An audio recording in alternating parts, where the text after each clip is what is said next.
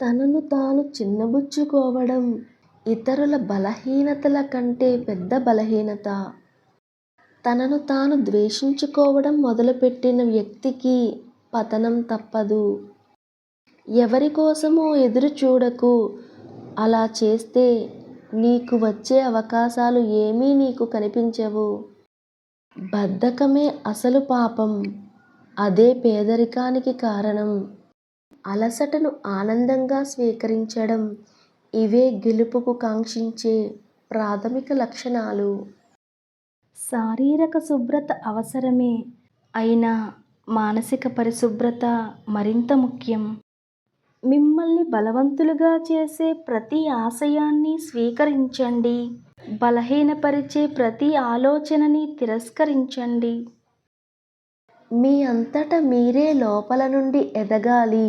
ఎవరూ మీకు బోధించలేరు. ఎవరూ మిమ్మల్ని ఆధ్యాత్మికంగా తీర్చిదిద్దలేరు.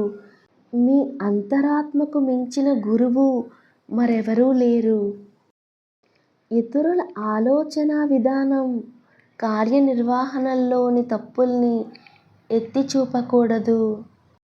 దానికి బదులు వాటిలో పరిణితి పొందే మార్గాలను వెతికి తెలియచేయండి. మొదట మన లక్ష్యాన్ని అర్థం చేసుకోవాలి. తరువాత దాన్ని ఆచరణలో పెట్టే మార్గాలను అన్వేషించాలి. ఏ విషయంలో అయినా ఆత్మవిశ్వాసం ఉంటే గొప్ప విశ్వాసాల నుండే మహత్తర కార్యాలు సాధించబడతాయి. చావు బతుకులు ఎక్కడో లేవు. ధైర్యంలోనే బ్రతుకు ఉంది. భయంలోనే చావు ఉంది. విజయం కలిగిందని గర్వపడకు. అపజయం కలిగిందని నిరాశపడకు. విజయమేమీ అంతం కాదు. అపజయం కుదిమెట్టు కాదు.